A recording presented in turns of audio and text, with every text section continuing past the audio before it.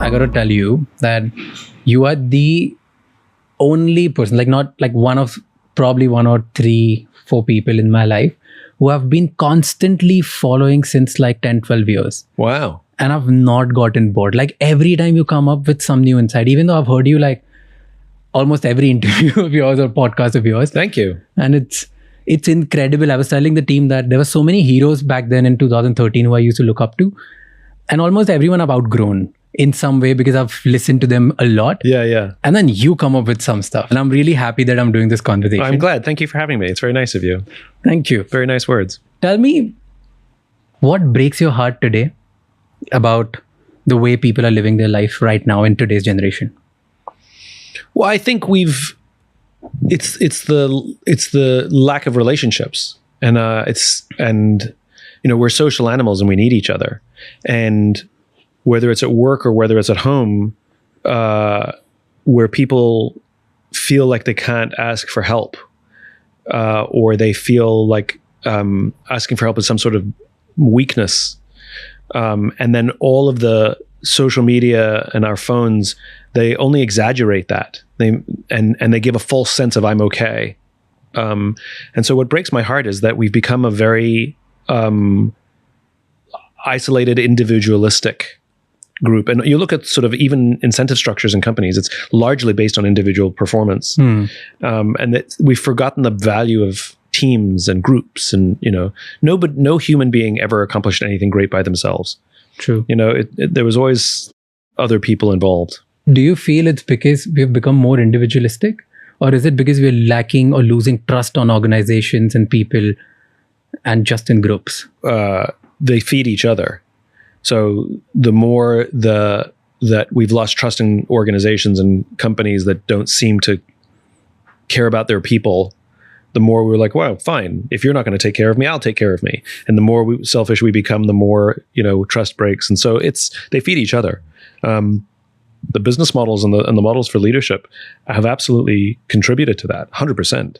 And we can see where it came from. We can see where, like, when mass layoffs were first embraced in the early 1980s, and it was kind of still a new idea to use layoffs to balance the books. And we can start to see how Jack Welch and those people from General Electric, who sort of promoted these individual performance, mass layoffs, short-termism, quarterly results. They promoted shareholder value. They promoted these ideas, and you can start to see how it affected human behavior. Because when you change the incentive structures and the reward structures, you change behaviors, and the idea of giving your career to one company or two companies over the course of an entire lifetime disappeared. Yeah. Why do you think? What's happening? Because mass layoffs have been here for years.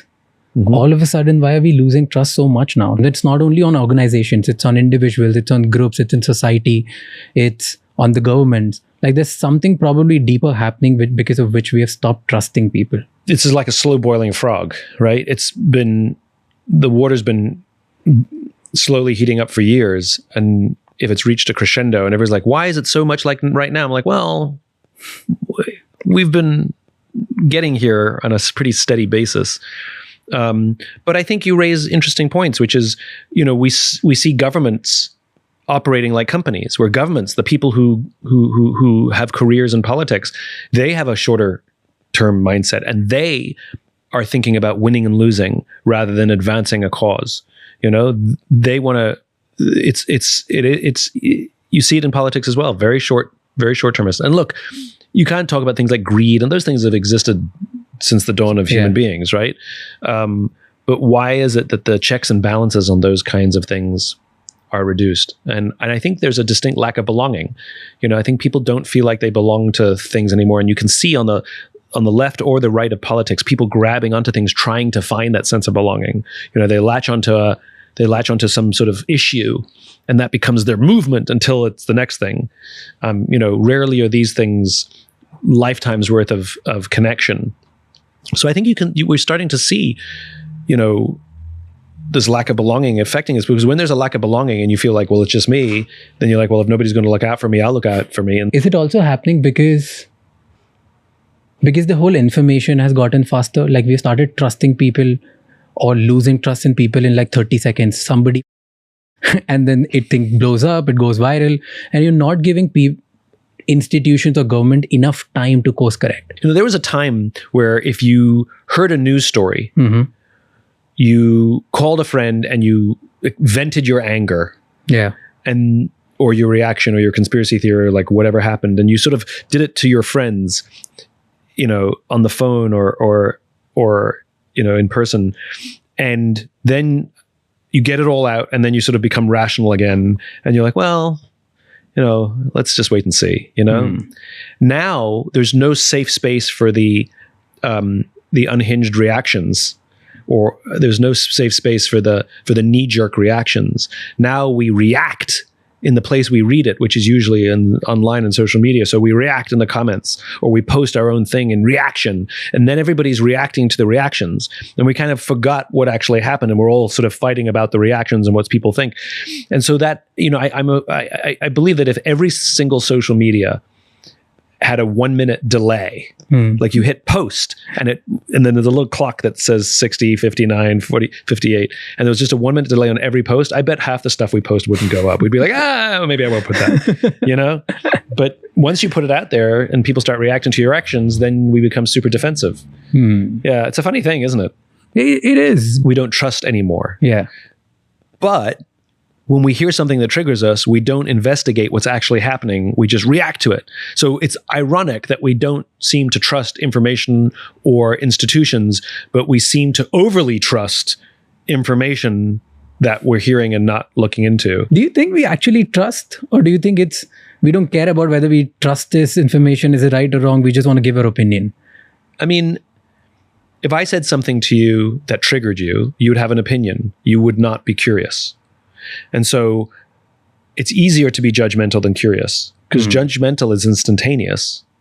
Judgment is instantaneous. Curiosity requires patience and slowing the system down. Curiosity requires asking questions that challenge our own assumptions.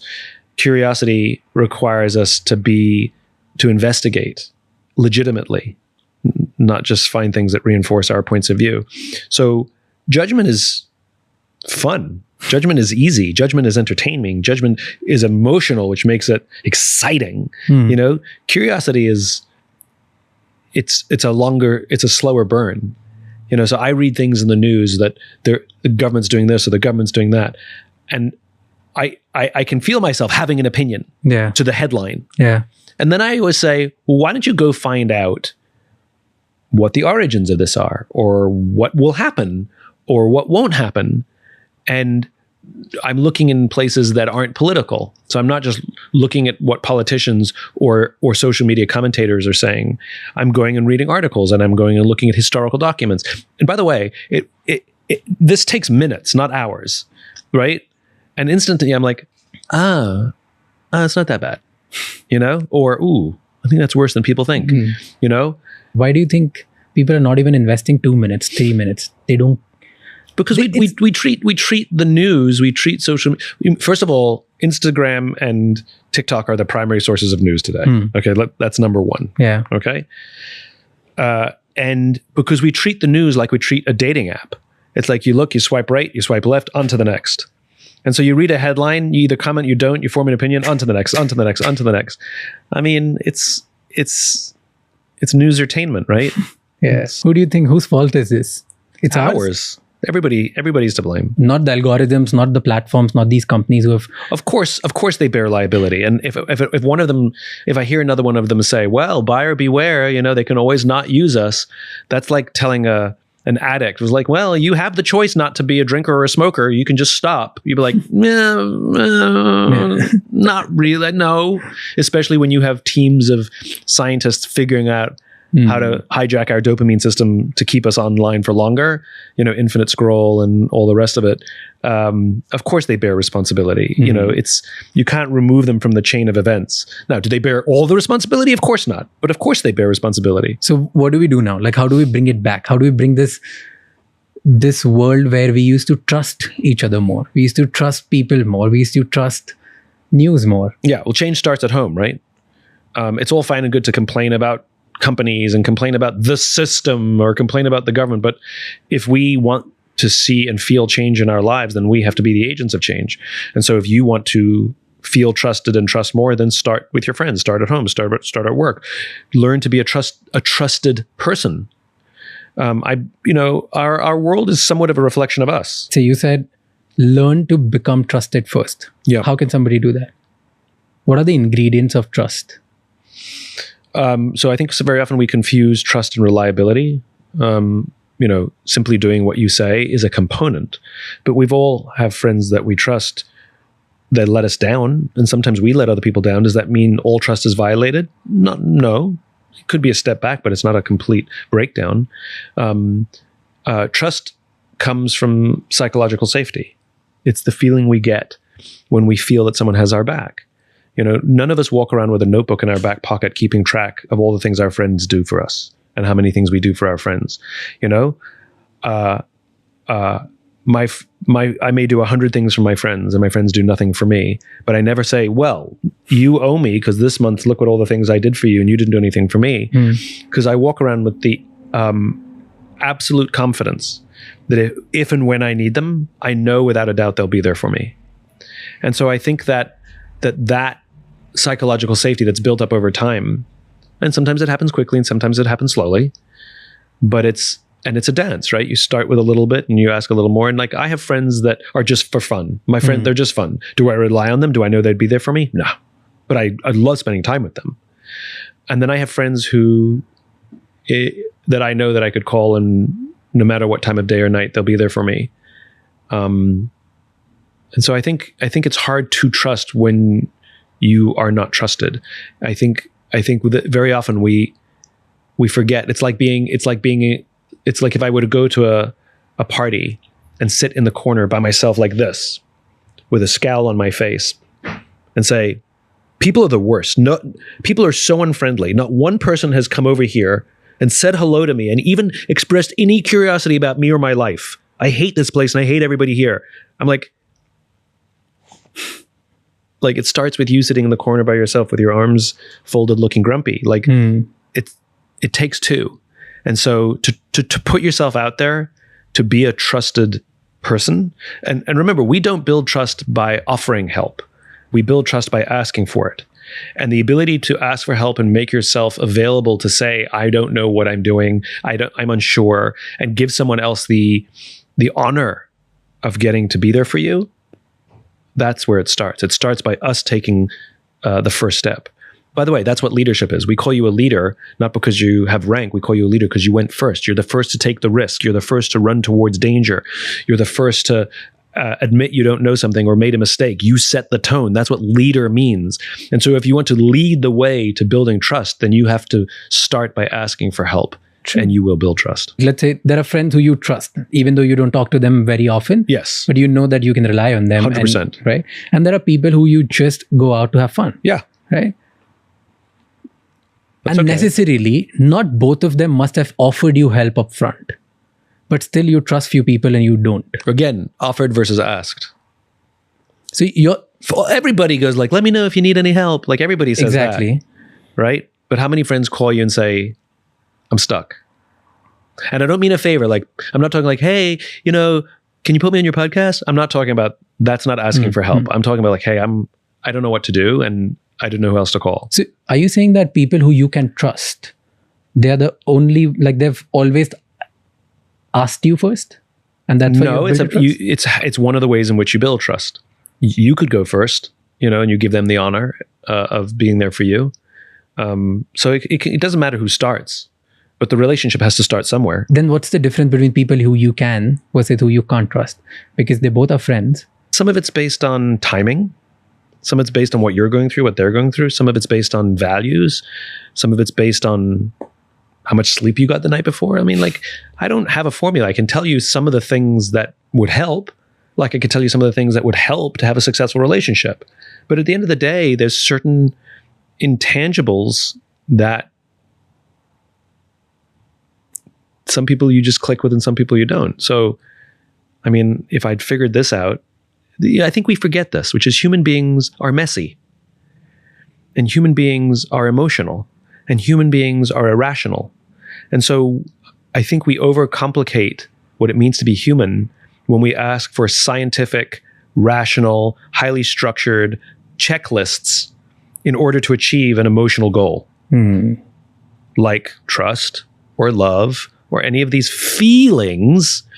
Like, again, I can tell you some best practices. I can tell you some things that will probably contribute. But I also have friends where a lot of those things flew out the window and we love each other and trust each other. So, again, I can tell you some of the things that would help, but we can't apply too much structure to an emotional, irrational, messy situation.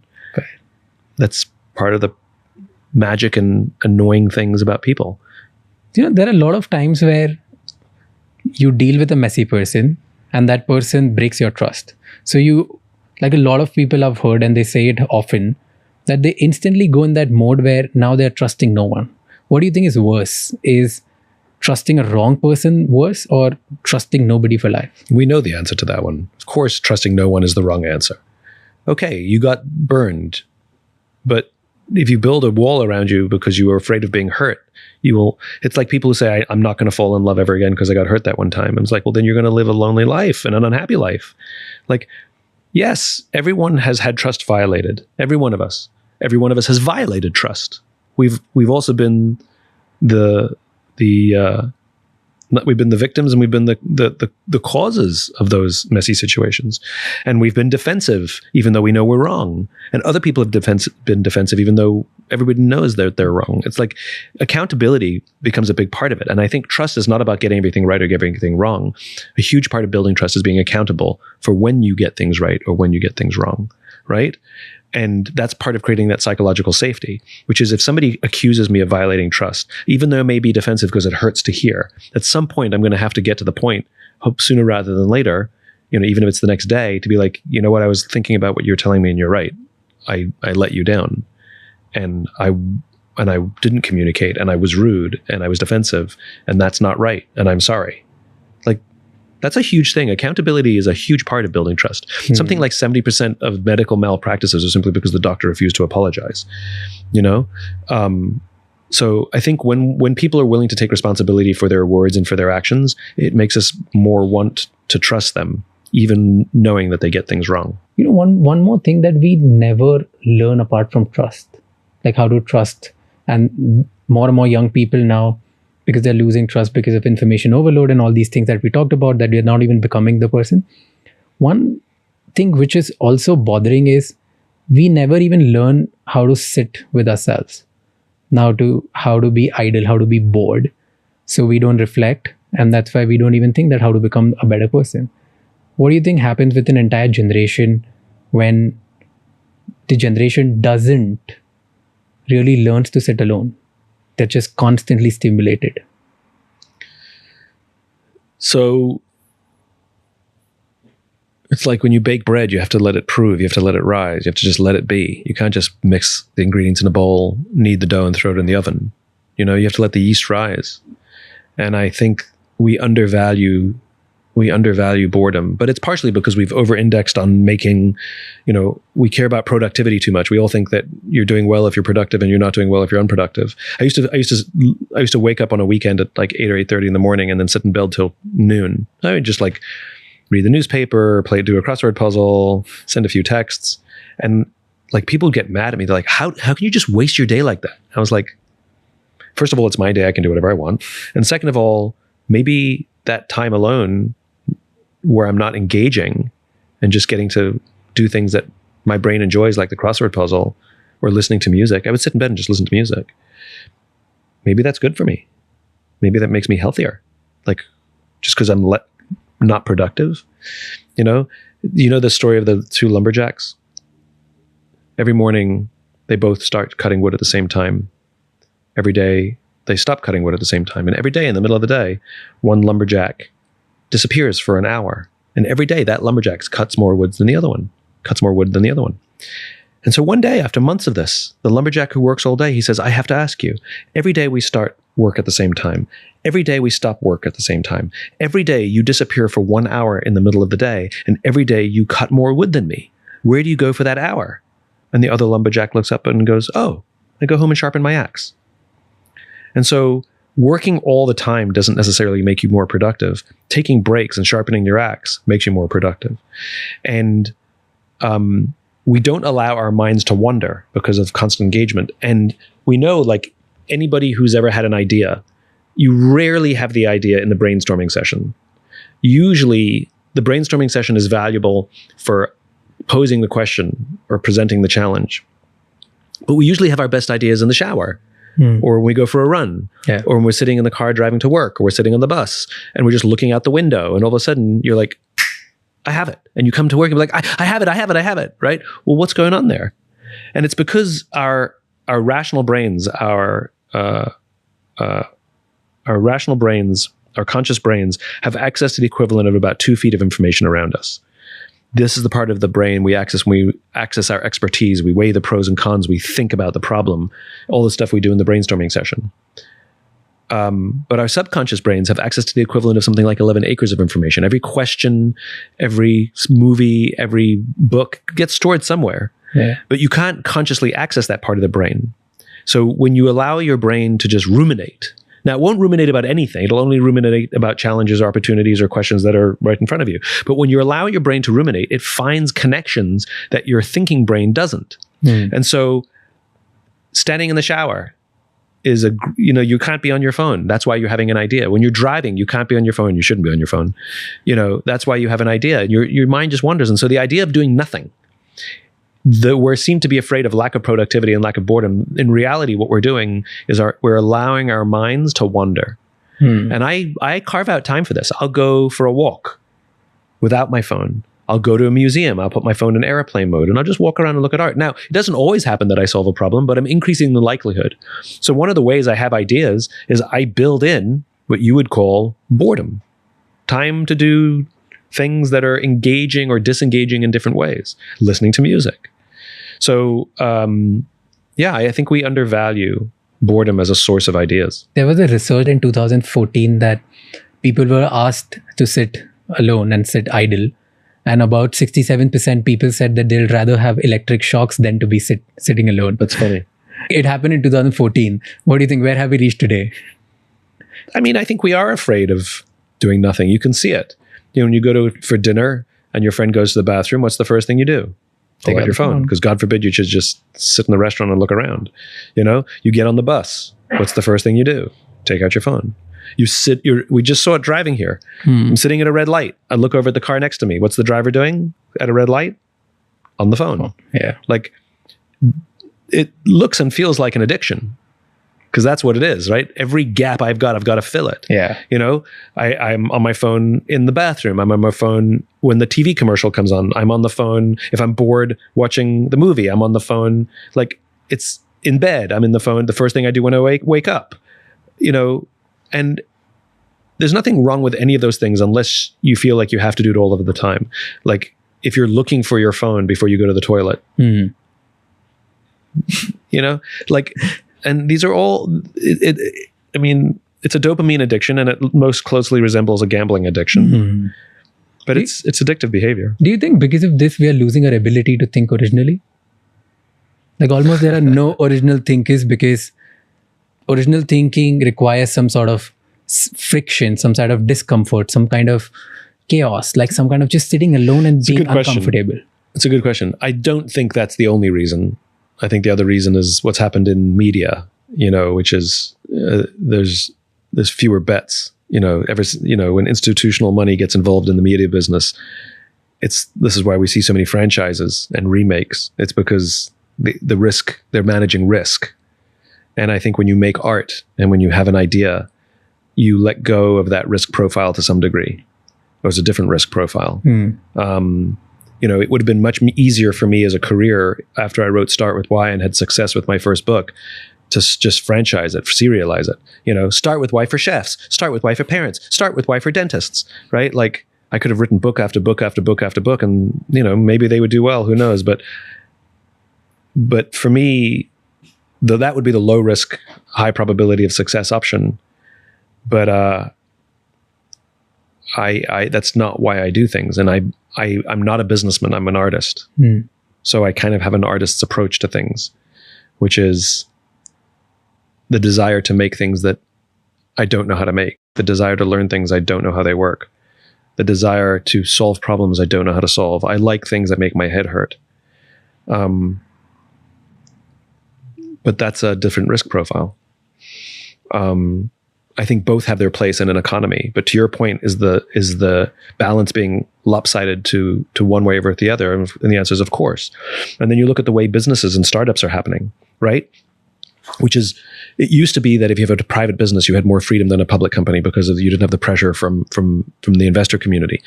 But now you look at private businesses and the amount of venture capital and private equity that are in private businesses, they're as bad as public companies. The pressure is overwhelming for short-term results because the business models of the venture capitalist is they need to get their money out in 3 to 5 to 7 years, and they're not interested in a company to build it for 20 years.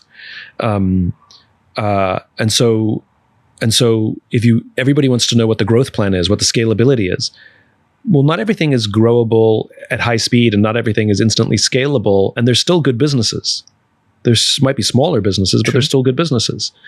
And we're so obsessed with the wrong metrics. I mean, you talk to young entrepreneurs and they're more obsessed with telling you what their growth is or which venture capitalist gave them money. I mean, even the way we've defined a unicorn used to be defined as a company with $1 billion in revenues. Now it's a company defined as the $1 billion valuation. Valuations are made up. $1 billion, right? And somebody goes, yeah. And then there you go, you're a unicorn, right? Revenues, you can actually count that money. Yeah. And so why did we change the definition of a unicorn? Because it's all speculative now, right? It's all speculative. And so, I think one of the reasons we see it's risk profile. When a venture capitalist is weighing the risk of their investment, they would like to see something that's scalable with a fast growth thing because it protects their investment. Yeah. But that disallows for art projects. And sometimes art projects are worth it and beautiful. And a lot of businesses started off more like an art project, it was the curiosity of the founder to solve a problem, Richard Branson and Virgin, just trying to make a thing that didn't exist for himself, True. And like a lot of them, though they solve real problems, the business model came a little bit later. Wouldn't it be cool if, is how a lot of these great companies started. Even Facebook, wouldn't it be cool if, versus, I think I could make $1 billion with. And again, they have their place, but the balance is wrong. Don't you think it should be opposite? Because now there's more capital available. There are more options for you to actually put out your work without the approval of some institution. There are more opportunities for a young person like me or anyone who's watching that they can be more artistic. They can be more original. And yet they are choosing not to be original and not to be artistic. Why are we losing people like that? Ask the algorithm. When you add money to an equation, it changes everything, right? There was, this is a real case. There was 2 young content makers who would do crazy videos and they put them on YouTube and that was their income. YouTube, dollars. And they did a video where he held a dictionary, a big thick dictionary on his chest, and she took out a gun and shot him thinking that the dictionary would stop the bullet. It was a stunt they did for views. Well, turns out she killed him. Shot him right through the heart, through the dictionary. Okay? And it was an accident of monumentally stupid proportions, epic proportions, because they were so driven by the need to do something more and more outlandish for the views that logic was put aside. And so, I was at an event once. I was sitting waiting for a concert to start, and this girl comes down the stairs and some guy is taking pictures of her and she's doing all her posing. And the person next to me nudges me and goes, "She's a famous influencer." And I responded cynically, "You mean she's a freelance employee of an algorithm?" And that's largely what a lot of content creation is you're a freelance employee of an algorithm. You work for the algorithm, which is why you can't take a day off and you can't take a vacation, because if you do, the algorithm is not happy. My boss likes you to work all the time. And if you saw what happened with YouTube when they changed their algorithm and it affected people's income, they showed up at the YouTube headquarters with a gun because you took away all my income. And so we've just stopped working for people and started working for algorithms. And so are you asking me, shouldn't people make all their money? Shouldn't they, sort of make all their own content and be creative? Sure. But the minute you include money and the minute you're working for the algorithm, then you're no longer working for the creativity anymore. You're working for the algorithm. I think the origin stories are a lot of these are pure. It's like the first book, the first video, the first thing that goes viral. That was pure. That was the art. But the minute somebody says, I'll put you on television, I'll give you money, I'll give you a sponsorship, the pressures are great. And we know this, the data shows this, that influencers aren't actually that influential. Because once they start doing things for money, everybody gets a little bit cynical. Ugh, they're just doing it for money, right? Yeah. But it's a hustle culture, right? Even the concept of selling out. Young generations today, first of all, they don't even know what that means. When you say, oh, he's such a sellout, young people literally don't know what that means. And if you explain, well, they decided to just take the money as opposed to have a high integrity. And young people will say to me, yeah, it's their IP. They should make money. The idea of exploiting yourself at least is better than being exploited. I'm exploiting myself for money. But it's not a very happy way to live, I don't think. At some point, all of these things have shelf lives. Again, I think as an artist, and Rick Rubin talks about this, right? When you start working for the approval of others, it destroys art. And art is when you trust your own taste and you accept the risk that the world may or may not like this. And that's okay. And then you'll try again. But as long as you're pure to yourself, if you have a talent or you have a taste, that's the root of art. That's the risk. This is why art has a high risk profile. Explain sellout. You said people don't understand. Explain in simple terms. Explain what? Sellout.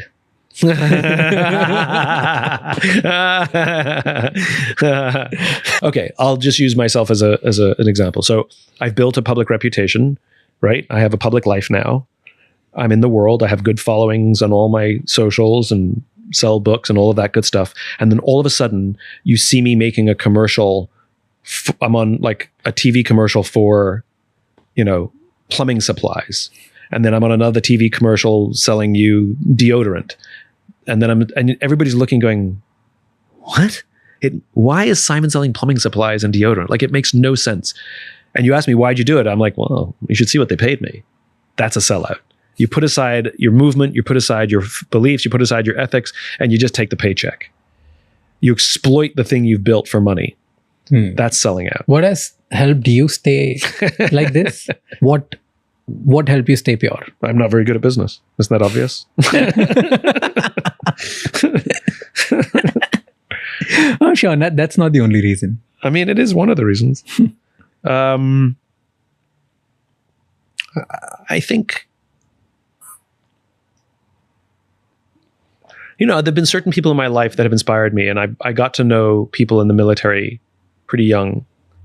The same year that I first publicly articulated the Golden Circle and Start With Why, many years before a book, many years before any TED Talk, that same year, by sheer coincidence, I got introduced to the United States Air Force. And I got to know some people who devoted their lives to service. And I very quickly realized that my two favorite people on the planet are military and artists, because they're the exact same human being. We assume that their politics are opposite, because one is in defense and one is in the arts. First of all, don't make such assumptions. People have different politics and all different ways of life. Okay, so that's number one. But they're the exact same human being. Both of them, whether they knew it from the beginning or they discovered it later on, what they do becomes a calling. They can't not do it, right? Secondly, they both know that they're not going to get rich doing what they're doing. They both know that. They both make tremendous sacrifices to do what they do. And in both cases, 100% of the product that they make is for the benefit of others. And you see the way that artists are with artists, and you see the way that military are with military, and there's a brotherhood and a sisterhood. You and I have colleagues and coworkers in the military. They have brothers and sisters. And they mean it. That's what those relationships are. And the first time one of my friends in uniform called me brother, it meant something. Hey, brother, right? It wasn't just being polite. Like they don't throw that term around loosely. I got to spend some time with the Navy SEALs, and we were talking about, I wanted to understand the culture and why those guys are so intense and why they're so effective. And one of the reasons they're so effective is not because they're individually amazing. It's because it's their ability to work as a team. And you look at all the special operators, the Army Rangers, Delta Force, SEALs, the PJs, like all of these, the Marine Raiders, all of these special operators, right? One of the reasons that they're so incredible is because they're effective teams, that they're able to put their individuality aside for the good of the team. And what we see as courage, and I can only speak to the Navy SEALs, but I assume it's the same for all of them. What we see as courage is actually something quite more sophisticated and more beautiful, which is they're actually more afraid of letting down their teammates than they are of dying. They're more afraid of letting down the team than dying. That's why they're so good. It's because the commitment to the team and the success of the team. And if you look in the private sector, we're committed to ourselves and the success of me. And very few of us will take a risk or have any desire for any kind of self-sacrifice for the good of the team. And I saw these relationships and I envied them. I came from the corporate world and I had no relationships like that.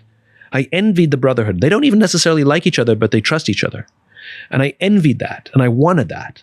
And so some of them became my friends and I learned from them. And then this takes us right back to the beginning, which is why are we so selfish? Well, look at all the incentive structures. All the incentive structures around us reward us for individuality. We've heroized CEOs. We've heroized personalities on the screen. We've heroized influencers. They're all individuals who either actually believe that they're heroes or like to present themselves as such. And the reward structures reinforce it. We have an entire class of people who want to be on reality TV shows. I mean, I was watching one of these reality TV shows the other day. My niece was watching a show and I was just watching with her. And the way they put their personal lives on public display, there's cameras in the room while they're like having a breakup or something or talking about cheating on their spouse. And you're like, what motivates somebody to want to air all of their laundry in public? And you're like, the driver is very simple. Fame. They value fame more than privacy. Right? And I guess good for them. I mean, it's highly entertaining for us, but that's the incentive structure that we offer, that we will make you rich and famous if you're willing to humiliate your family. Because I was thinking about it. It's like the poor person who this woman was cheating on, he's not on the TV show, but everybody else is watching who knows him. Yeah. And his family didn't agree to be on the TV show. And his friends didn't agree to be on the TV show. But her desire to be rich and famous was more important than any of those things. And that's the world we live in. And the TV studios don't care. And the producers don't care because that's it. So whatever. And I remember I did an interview once. I was on a documentary. And they gave me a release to sign. Right? And it was a standard release for a reality TV show. And it literally said, we reserve the right to edit this in any way we want, even if it changes the meaning of your words, even if it paints you in a bad light. And I'm reading this document, I'm like going through it and crossing everything out. And they got mad at me. They're like, you can't cross all this out. Nobody else has crossed it out. I'm like, nobody else read it. Right? But I'm literally reading the release that gives the producers total control how to edit it. So they can decide you're going to be the bad person. We're going to edit it so you're the bad person. So the incentive structure are all screwed up. The reward systems are all screwed up. And in the military, the reward system is humility.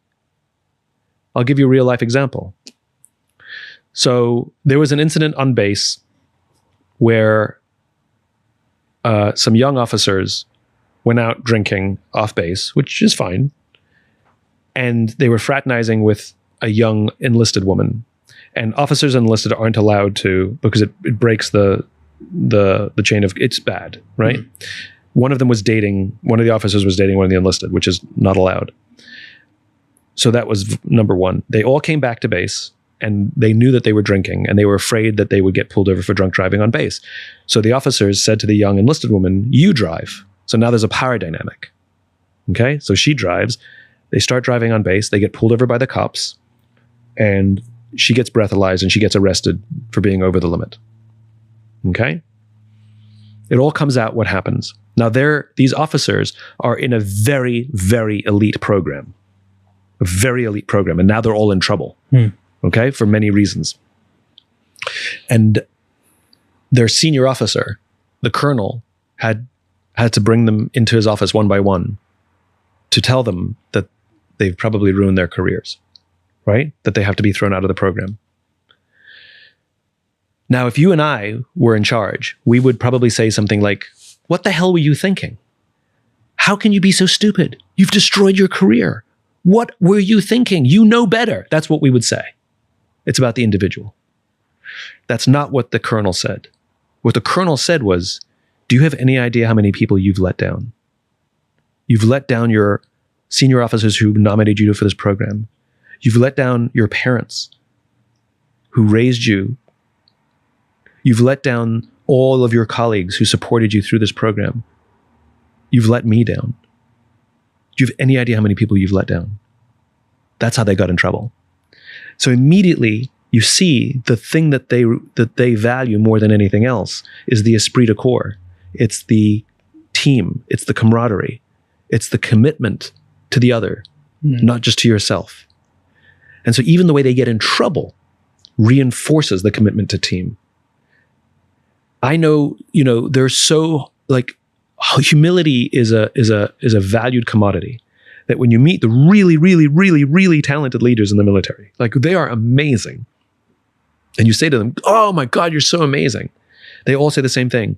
"It's not just me. I've got a team of people around me." In the business world, people are like, "Thank you. Thanks." We're encouraged to take the credit. We're in the military, they're encouraged to distribute the credit. Do you think it's because earlier you had the whole map in front of you? Like you're born, then you got to take the right job, then marry, then have a partner, have a wife, settle down. Like there was a structured way of doing things. You were not asking yourself questions and not even getting disturbed here and there. Like there was always a map. And today there are no maps. There's no certain way to do certain things. And that's why people are confused. So they don't have an identity. And they are just chasing things which probably were coming out of their insecurities. It's an interesting question. It's an interesting proposition. I think it goes back to what we were saying a moment ago, which is it's about belonging, right? I'm not so sure that the map was clear, but there were definitely circumstances that allowed for the opportunity to belong to something bigger than yourself. So in World War II, more young men died by suicide who didn't get called to action than who did, because the shame of not being included and belonging to the war effort. And if you even look at the war effort, you either joined, and if you couldn't join or you weren't eligible to join or you were too old or something, then you bought war bonds to support the war effort. And if you couldn't afford a war bond, you planted a war garden, which didn't do anything, but it made you feel like you were a part of it. And so, after September 11th, we saw lots of people quit their jobs, be like, "My job is stupid," and they joined the military. They did something that made them feel like they're contributing to something bigger than themselves. So I'm not so sure that I would subscribe to the fact that there was a path. I'm not sure I subscribe to that logic, but I do subscribe to the logic that there was something that provided an opportunity to be a part of something. And so what you're describing as the path was a means to get to that thing. And even in the 50s and 60s, that was a family. That was the path to being part of something bigger than yourself. And you sort of the traditional home, man goes to job, woman stays home and raises kids. That there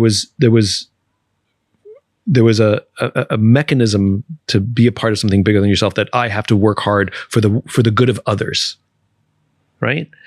And for various reasons, that those things evaporated. Even the collapse of the Soviet Union and the end of Cold War 1.0 because we're in Cold War 2.0 now, but the end of Cold War 1.0, at least if you did something, you felt like even if I was part of this country, I was a part of something bigger than myself, you know? And I think to your point, it goes right back to where we were. Where are the places or institutions that I can go to where I can feel like I get to contribute to something bigger than me? Because the only other alternative is to contribute to me, which is what we all seem to be doing. And I think that's true. I think there's a lack of belonging. And companies all have purpose statements. Thank goodness. That's my work. It's a step in the right direction, but most of them don't believe it. It's just marketing. Yeah. At least the movement is working that they have public pressure to do it, but now you have to actually follow it. And companies don't have long-term plans now. They don't have 5-year plans. And if they do, they're not following them. And so there is no bigger, longer, it's only shorter and faster. So I think that's true. I think what you're describing as the path, I think is a symptom of a lack of things or places or institutions we can go to where we feel like we're part of something bigger. I think that's a true statement. And because of this, then we join certain companies in the beginning because we are fresh. We believe in the purpose that probably is just on the wall. And then just few days of working in, probably few years of working in, we have some sort of quarter life crisis. Like at 25, we are thinking about a crisis because we don't feel belonged. We don't feel we are cherished. We don't think our incentives are actually aligned with the company. And more people, now midlife crisis has become quarter life crisis. So what do they do when the world is changing so fast and the meaning is just getting lost? So what should young people do? I think you have to choose to be the leader you wish you had, which is, remember we said at the beginning that trust was built not by asking for help, but by offering it. So instead of going, I need someone to give me the ability to belong to something bigger. Like if you can find that, more power to you. But that's not a strategy. What is a strategy is making the choice to give the people to the left of you and the people to the right of you the feeling that they're a part of something bigger.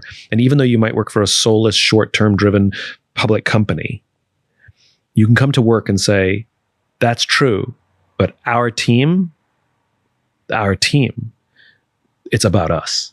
It's about taking care of each other. It's about committing to see each of us, helping each of us grow. Because I think that's what a successful corporate culture is, a group of people who agree to grow together and commit to making sure that the other people on my team are successful.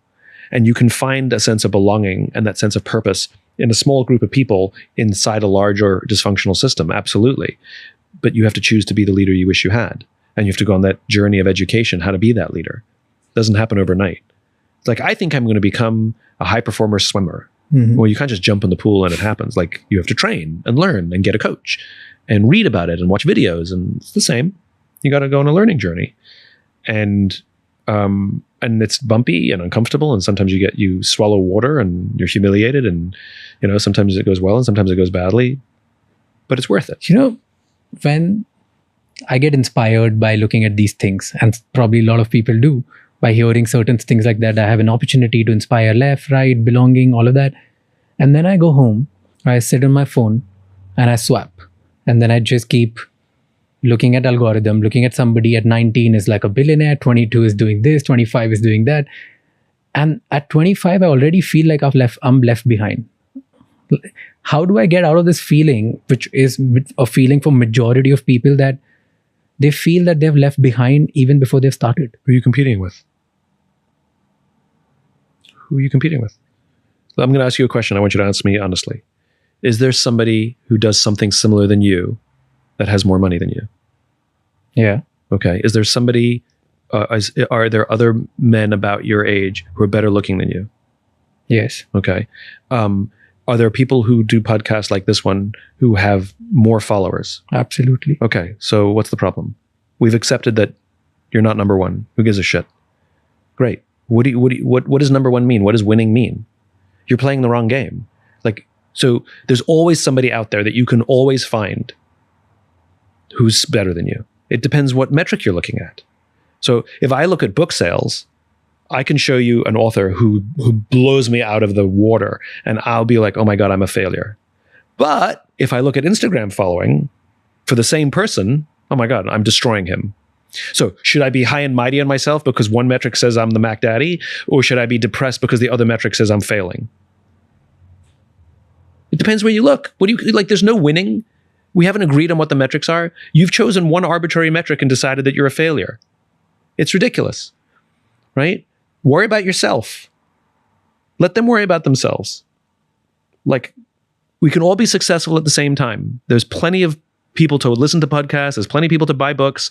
People can listen to more than one podcast. They can buy more than one book. There is no winning and losing in this game. And so when you set up a finite construction of a winner or a loser in a game that has no winners and losers, you will always feel like you're failing. And if you are ahead for a minute, it's temporary. And then you're playing defense and you're desperately afraid of losing it. So you're playing the wrong game. It's the wrong mindset. Nobody wins career. Nobody wins business. Nobody wins health. Nobody wins family. Nobody wins health, fitness. It doesn't exist. There's no number one in any of those things. So how can you set up the construction of I'm losing or I'm behind in a game that we haven't all agreed what the rules are? True. So worry about yourself. Say to yourself, am I doing better today than I did yesterday? Am I a better human being today than I was yesterday? Am I a better leader today than I was yesterday? Am I making better content today than I was yesterday? Worry about the race against yourself. Compete against you. That's the best competitor. That's the only success metric to look for. In the infinite game. If you're playing cricket, then yeah, worry about beating the other team. Because there's no definition out there. It feels like when you speak to people who are my parents' generation, they all have like some sort of success definition, which is like laid out. I think the way that our parents defined it was get a good job, work hard, do well, provide for your family, make sure that your kids are good and taken care of, make sure you're looking after your spouse. We're good. I mean, you come from a place where arranged marriages were like, still pretty popular, but for a long time, like pretty much the only thing. And arranged marriages have very low divorce rates, which surprises people. It's because you're like, okay, we're doing this. I'm gonna do the best I can, which is a very selfless way of approaching a relationship. You know? Whereas the selfish one's like, okay, are you good enough for me? I chose you, you know? Arranged marriages have lower divorce rates than unarranged marriages, which I find fascinating. But it has to do a fact with that in a lot of cultures, in India specifically, divorce is not even a thing. So maybe it's not just arranged marriages have lesser divorce rate. It also means because for a long time there was nothing like divorce, and even today the social structure doesn't allow you to get divorced very easily. So look, there's neither answer is 100% right. Like if something is really unhappy and really dysfunctional, then there should be a mechanism to get out of it. Of course, right? Like we're not saying unhappy people should stay together, but there is some sort of like, let's work through this and see if we can get through it. I was just talking to a friend of mine yesterday who's married, and her marriage is went through a really, really rocky patch, like because of family reasons, like he was not the person she married. It was bad. And she just committed to sticking with it. And she just committed to trying to work through it. And now they're really good. They're really good. But she had to commit to have about a year or 2 years of awful. But she believed in him and she believed in the relationship. And so there's a patience component as well that goes with it, right? Yeah. Maybe the corollary, I hear this all the time in the military, they don't get to pick their teams. It's like you're the leader of this team that they gave you. Where in business we get to pick our teams, right? But maybe not picking your team is not so bad. Yeah. When you look at America and when you look at India, America, what I understand from the look of it at least, is more people are driven individually with their just thinking about themselves and taking decision based on what they would like or how they would see themselves winning or losing in the life. Versus India, you make a collective decision. You don't want to disappoint your family, so you take their decision into consideration. You don't want to disappoint the religion or the culture or the society that you come from. You don't want to disappoint that. So every decision is not just yourself. It's like you have to take decision which is combined. What do you think? Which one's a better approach? The answer is both have their strengths and both have their weaknesses. That's it. There are benefits and detractors to both systems. So the question is which system would you rather be a part of? So either stay where you are or emigrate, right? Like, to idolize one system over another is foolish. That's like saying, I'm a better person than you. Well, that's ridiculous, right? I have some strengths and I have some character. I don't believe in strengths and weaknesses. I believe in characteristics and attributes. There's some ways there are some talents I have, some gifts I have, some strengths I have, and every one of those things have benefits to me and they have detriments to me, right? And the opportunity I have is to put myself in situations where those characteristics and attributes are more likely to show up as strengths. So for example, okay, I think out loud, right? So put me on a stage and people get to watch me think out loud. Put me on a podcast and ask me a couple questions and you just wind me up and off I go. That shows up pretty well. Like, this characteristic or attribute shows up as a strength in a context like this one. Put me in a meeting, I talk too much. I always get that feedback. Simon, let other people talk in the meeting. But I'm just thinking, but I'm talking. And so is it a strength or a weakness? The answer is depends on the context, right? And so to say which system is better is a fake question. It's what are the benefits and detriments of each system, and where do I want to be? Where would I thrive? And that's why immigration and emigration happens, right? Like, if you're very entrepreneurial and you're living in a society that's not entrepreneurial, then you should move somewhere that's entrepreneurial. You'll fit in better. You'll feel like you belong. I found my people, right? It's like New York City is the island of misfit toys. Like, everyone who doesn't feel like they belong wherever they grew up, they all feel like they belong in New York. So it's not a question of which one's better. It's a question of where do you belong? You mentioned Cold War 2.0. Yeah. What do you mean by that? Well, the Cold War exists on three tensions.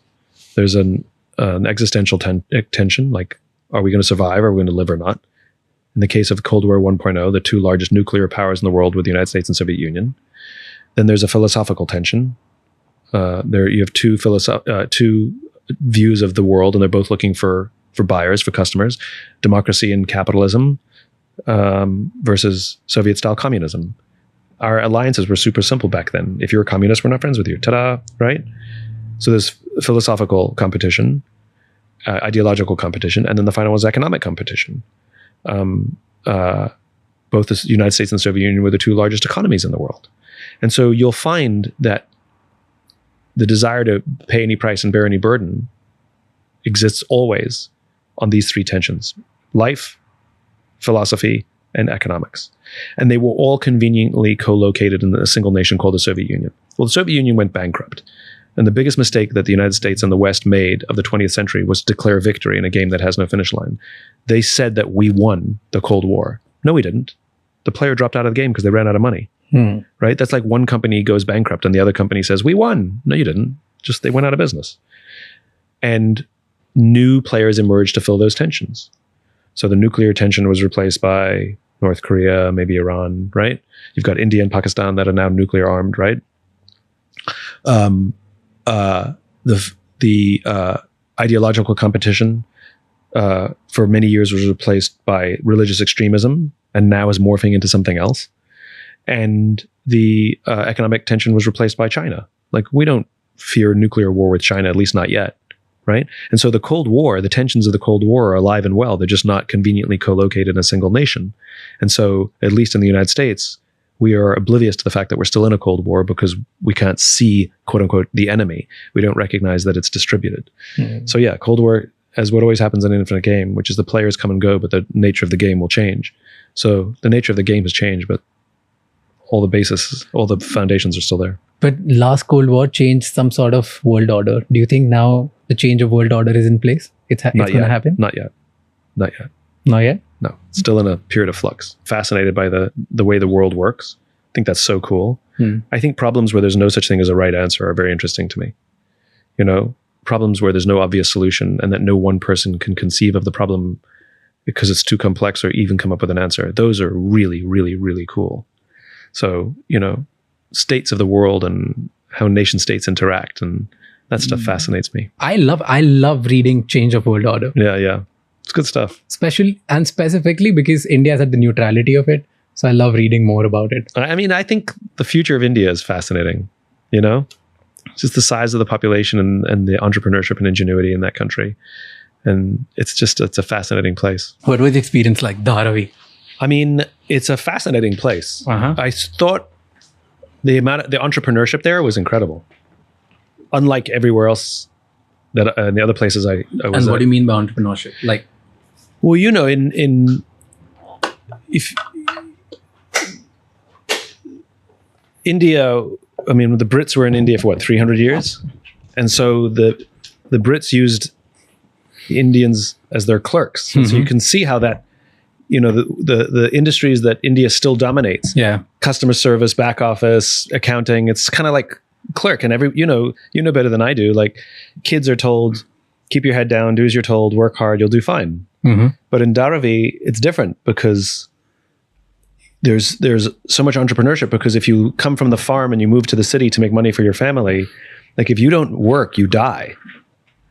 And so everybody's a hustler. Yeah. And there's factories and there's offices, and I mean, not offices, companies.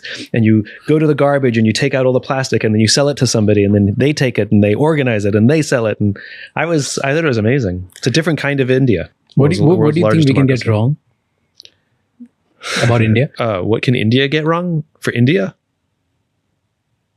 It's a great question. I think the question is like, what does it mean to be Indian? Like, what is your identity? What are your strengths as a nation? Right? If you like compare different nations, you can see the mentality of the people in their economies, right? Like the Swiss, everything is exact. But things are slow and expensive too, because everything's exact. Or the Germans, not a lot of joy in their businesses. My goodness, everything works perfectly.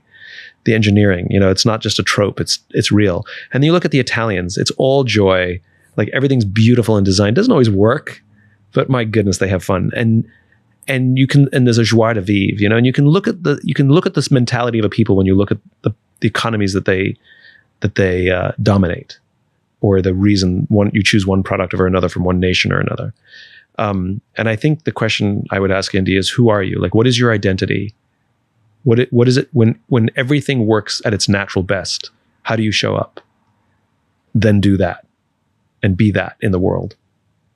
Because I think people, when I look at other nations, people have over glamorized America, right? Because America is very, very rich. A lot of nations copy the way we do business, but the way we do business it's not the best way. But you see other nations trying to build their economies to emulate America's, because America's rich. But it comes at a cost again, right? And I think there's some things that I would like to go backwards the way we do things in America. Like, let's be more long-term focused. Let's make sure we take care of our people more than we do. Like, we've made some mistakes in order to make money, but the cost was high to our society and to the level of trust we have for each other, right? So I would caution other nations to blindly copy America's business model.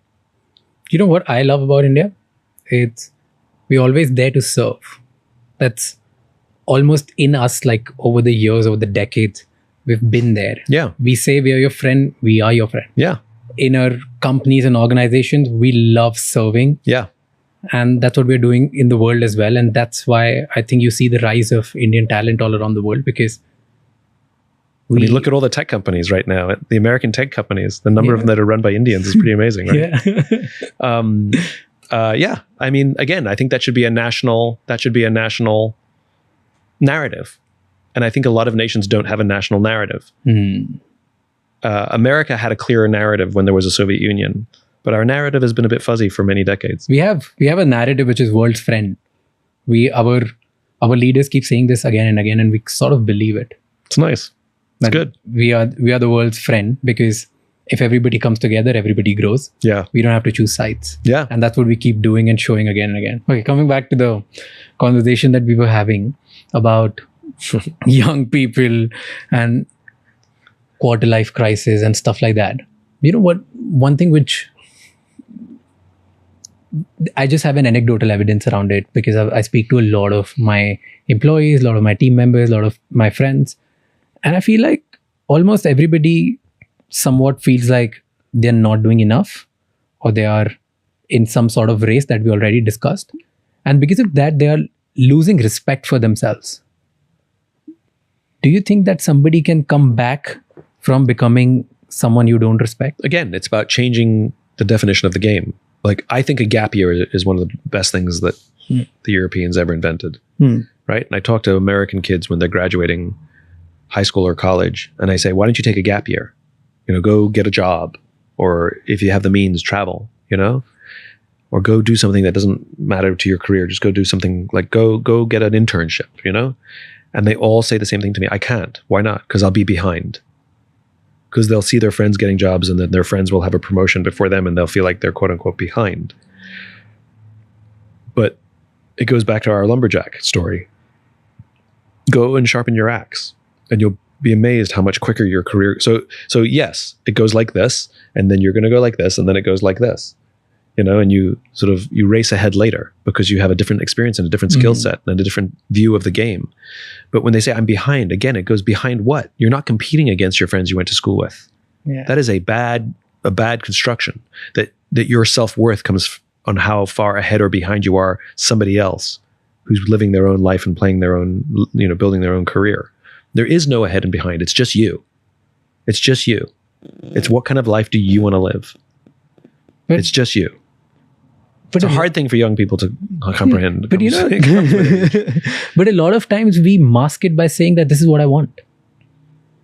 This is what I think I want. Yeah, this is what everybody else wants from me.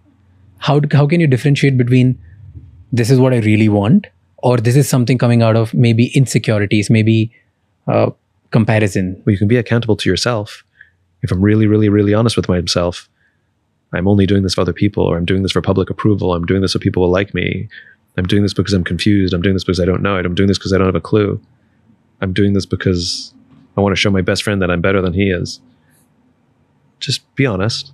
That's it. That's it. Doesn't mean you have to change your behavior overnight, but just be honest.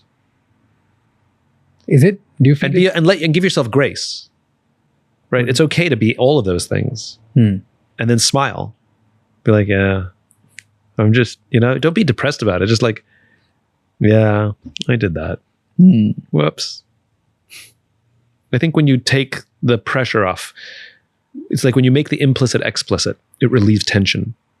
So when there's tension in a relationship and both of you are just living in tension, and one of you just says, we're not getting along. This is not fun. It's not for me. I can't imagine it is for you. It relieves the tension when you make the implicit explicit. Doesn't mean there's an instant resolution, but it does relieve tension. And you can do it for yourself too. True. Why do you think it has become a coping mechanism for a lot of us, a lot of young people, to just go chase this, or just get in this race and be ambitious, achieve all of these things, than to sit down and be like, hey, I don't have my life sorted, and maybe I'm just running away from problems by naming it ambition? Do you think it is a coping mechanism for a lot of people that they escape? I mean, people deal with stress in different ways. Some people disappear and some people double down on work.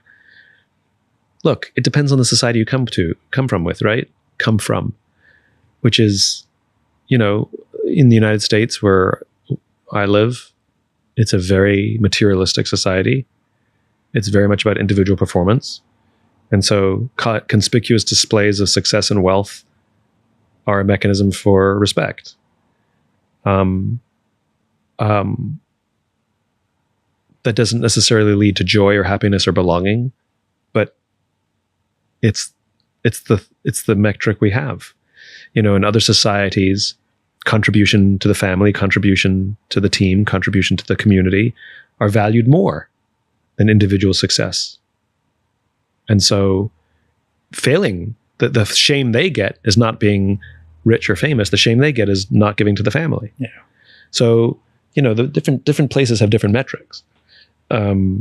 And you can't drop out of society. You know, there's still the pressures, obviously, from our society. But at the same time, and it goes back to what we were saying before, the Rick Rubin living like an artist, you know, which is this right for me? Is this what I want? And it's okay not to know. And it's okay to experiment and try a few things. Because, you know, this is what an infinite mindset is, which is good news, bad news, who knows? Yeah. You know, and the way I describe the infinite mindset, it's based on this Chinese parable. The best way to understand it is from this Chinese parable. You know, a young man is born with an amazing ability for horse riding. And everybody in the village says, oh, you're so lucky. And the monk says, we'll see. And then he falls off his horse and breaks his leg and his career is over. And everybody in the village says, oh, you're so unlucky. And the monk says, we'll see. And then war breaks out and all the young men are sent to battle, but he can't go because of his broken leg. And everybody in the village says, oh my God, you're so lucky. And the monk says, we'll see. Like, good news, bad news, who knows? And so when we take a diversion or we experiment or we try something, you're not falling behind. It's just a different lesson. Good news, bad news, who knows? You know, and you talk to any successful person on the planet, regardless of how you want to define success. They don't learn lessons when things go well. They learn lessons when things go badly. And every time things go wrong and they work their way through it or get their way through it, it makes them stronger, smarter, fitter, better.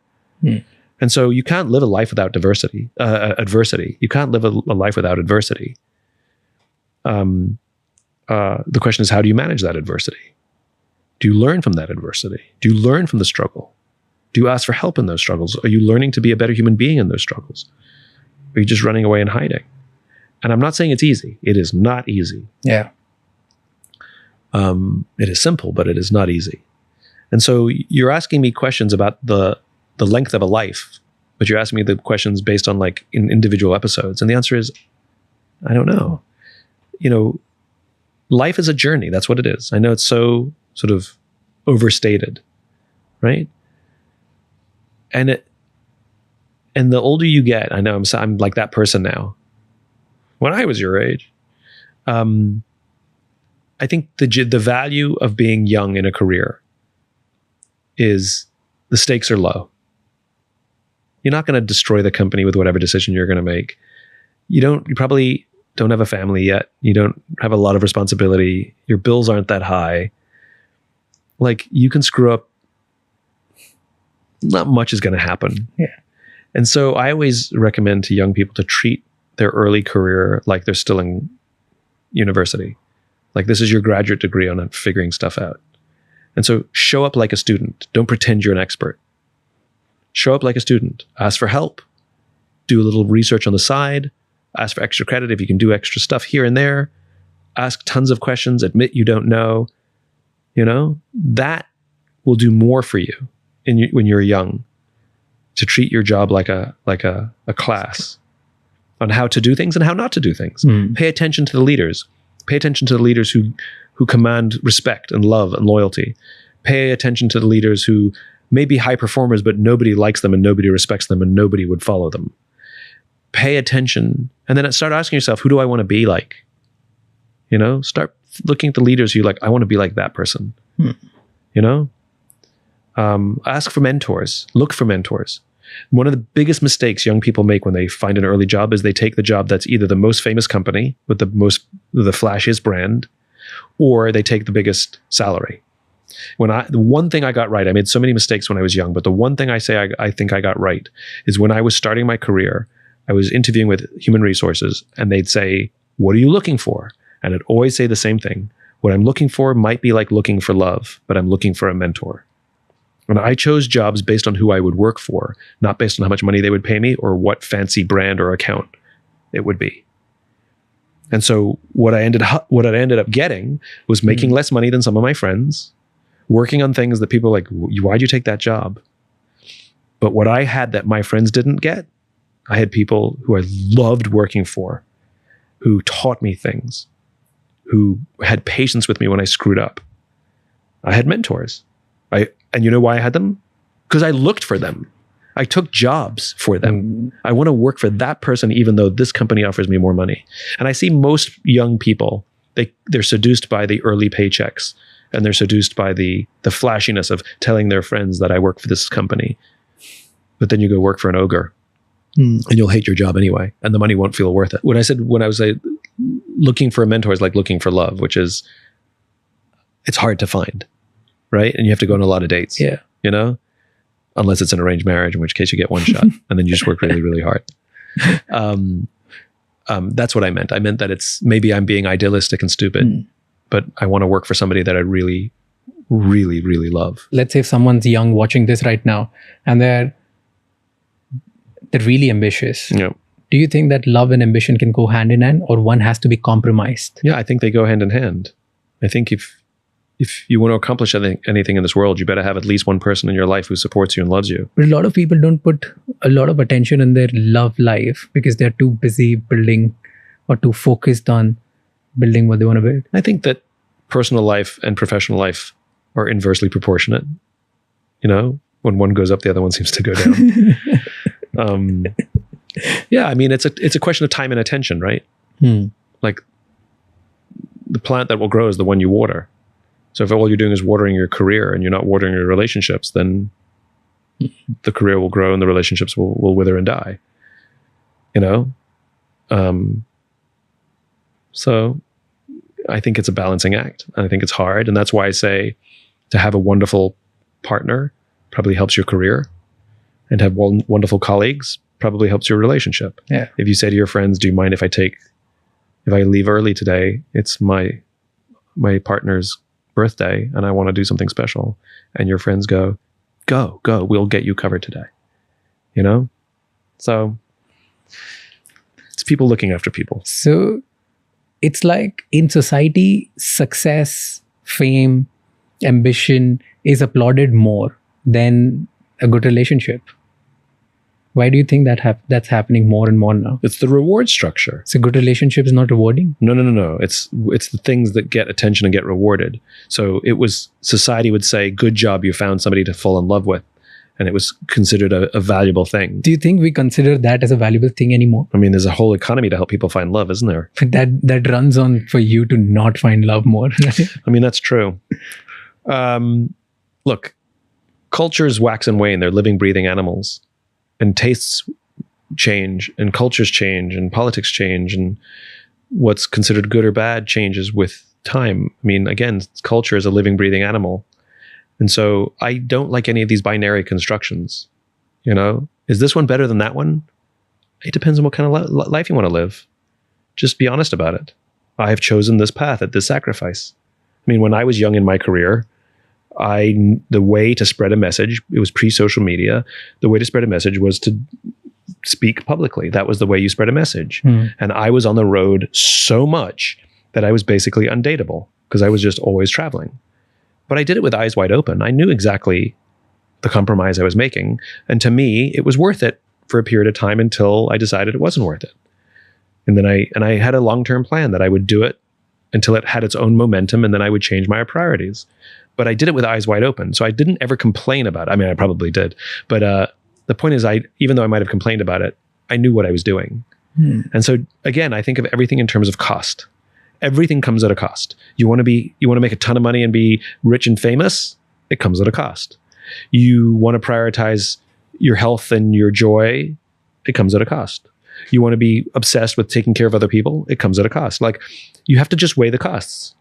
And like, when people say you should never quit, you know, like, or you should know when to quit. Well, which one of those is true? And I believe that you should know when to quit. And the time to know when to quit is when the cost is no longer worth it. The cost becomes too high. But for every decision we make, every single decision we make, personally or professionally, it has a cost. Just be aware of what the costs are and be okay with those costs. And the minute that those costs are no longer worth it, then you have to change paths or change directions. You know, you're talking about cost. Think about Gen Z at this point. Gen Z have started thinking about cost so much that they've almost started avoiding hard conversations. They've become like conflict avoidance, and they just quit and then move on to the next thing. Yeah, discomfort. Yeah, they don't like discomfort. So how can they build real intimacy? The cost of intimacy? starting a new job is better than being uncomfortable. So how do you think they can start building the real intimacy when they avoid conflict so much? It goes back to everything we were saying up until now, which is it's recognizing that you're not the only person in the world. It's recognizing that you have accountability, right? Like, you are part of these equations. You're not always a victim, right? That you play a role. You have a part here. that there's some benefit to learning the skills of human interaction and human confrontation that will benefit you personally and professionally for the rest of your life. And basically what you're doing is skipping school.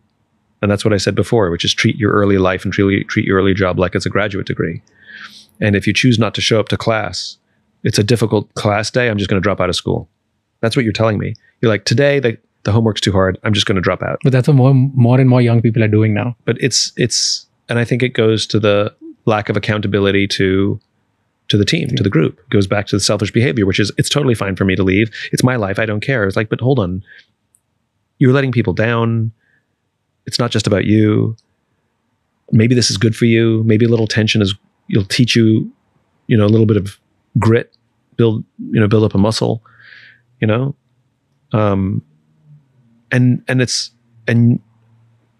I learned this the hard way, but you never want to make decisions out of fear. You want to make decisions out of opportunity. You want to run towards things, not away from things.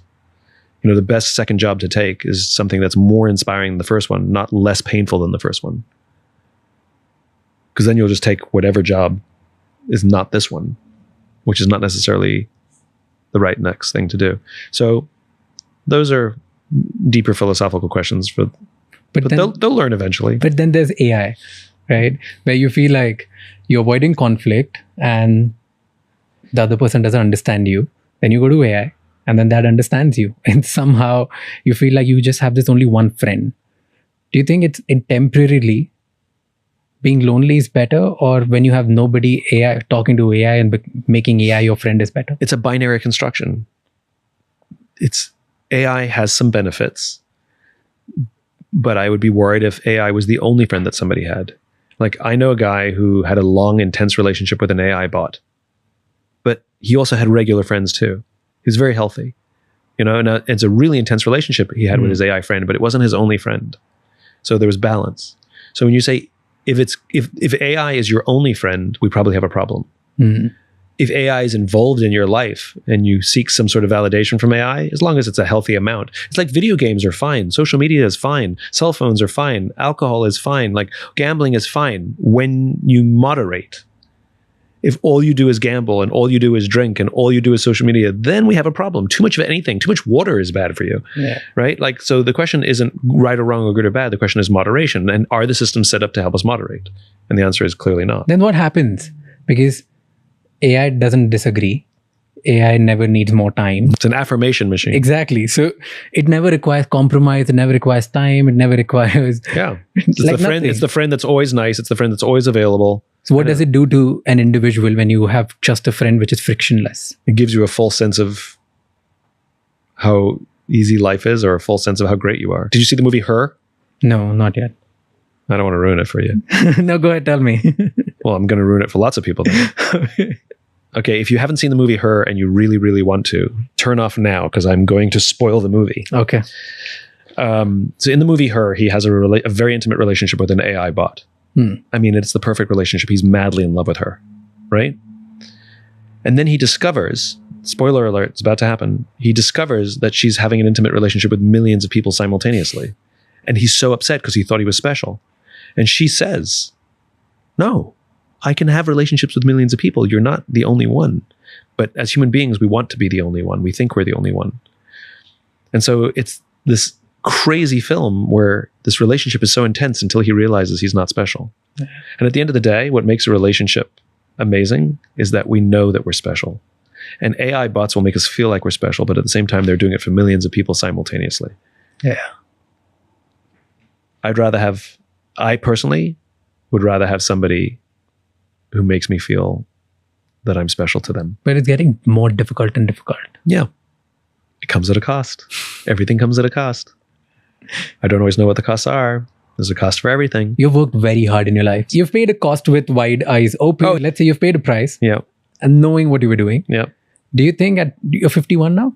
52. 52. Do you think it was all worth it? Or would you change something about it? I mean, I have a couple of regrets, and it's mainly the couple of regrets I have is advice I took from people that I knew I shouldn't have taken, and people I trusted that I knew I shouldn't have trusted, and I should have trusted my gut. But I felt intimidated because they were more successful or, than me, and thought they knew more. But I did what they suggested rather than trusting myself. Yeah, why would I? It's sliding doors. I don't know. If I changed something, I wouldn't be where I am or who I am today. So I can't make the choice of what I would or wouldn't have changed. It's like the horseman, good news, bad news, who knows? Who knows? Would I have liked to have removed some of the pain? Of course. But the lessons that I learned and the relationships that I built in those pain, were they worth it? Yeah. So no, I wouldn't change anything. Nothing. Just one or two things. Okay. Like I told you, there's a couple of pieces of advice that I wouldn't have followed and a couple of people that I would have ended those relationships. What's one advice you wouldn't follow and you don't want anyone to follow? I mean, I think any advice, remember, we're both individuals and members of groups all the time. Being human is living in paradox. I'm both me and I'm a member of a team or church, a sports team. Like, I have responsibility to others and I have to look after myself and I have to balance those. And every day is a paradox because I'm going to let somebody down. Either I'm going to let myself down or I'm going to let them down. Yeah. Take a choice. And the answer is, you don't get to choose. It's both. It's a paradox. And any advice that says always prioritize the group or any advice that says always prioritize yourself, that is flat out wrong. And I'm watching a friend of mine right now who's in a very senior, important job. And he's so driven by duty and his people that he is exhausted. He's exhausted. I talked to him and he's exhausted. He can talk on the phone for 2 minutes and he's just exhausted all the time. And I need him to say no to something for himself, and he feels bad because he wants to be there for his people. And I'm like, dude, you were letting your people down by being this tired. Stay home and watch TV. Stay home and just do nothing. You introduce yourself as an optimist, right? And there was a quote I was reading that only optimists commit suicide. Optimists who no longer succeed at being optimists. So what do you do when you run out of hope? Hope doesn't. Optimism is the undying belief that the future is bright. And I believe even through adversity, it will get better at some point. Of course, I have days where I'm like, I hate this. I don't want to do this. What's the point? Of course I do. And I either recognize that I'm tired, because I know fatigue is a problem, like for optimism. So if I'm like, you're just tired. Just get a good night's sleep. You'll be okay. Almost always that helps. Or I call somebody and be like, I can't do this anymore. And then if they're good, they just let me vent and come to my own conclusion. But yeah, no, of course I have doubt. And of course I want to quit. Of course. It's called being human. Of course. But at the end of the day, I don't make a decision in those moments. Huge lifelong decisions you take time to make those decisions. And then you realize, I just had a bad day, But of course there are moments where I want to throw it all out. Of course. You said good friends that you went. What do bad friends do? Try and fix everything. Not bad. Just they're not bad friends. They're just the skill you need in those moments is. The funny thing about human beings is we know what we need. You can just ask for it. So when a friend starts to fix things, when all you want them to do is listen, you can say, can you just not fix something? Can you just listen? Yeah. And people are like, all right. Thank you so much. Thanks for having me. Thank you for having this conversation. A lot of fun. How are you?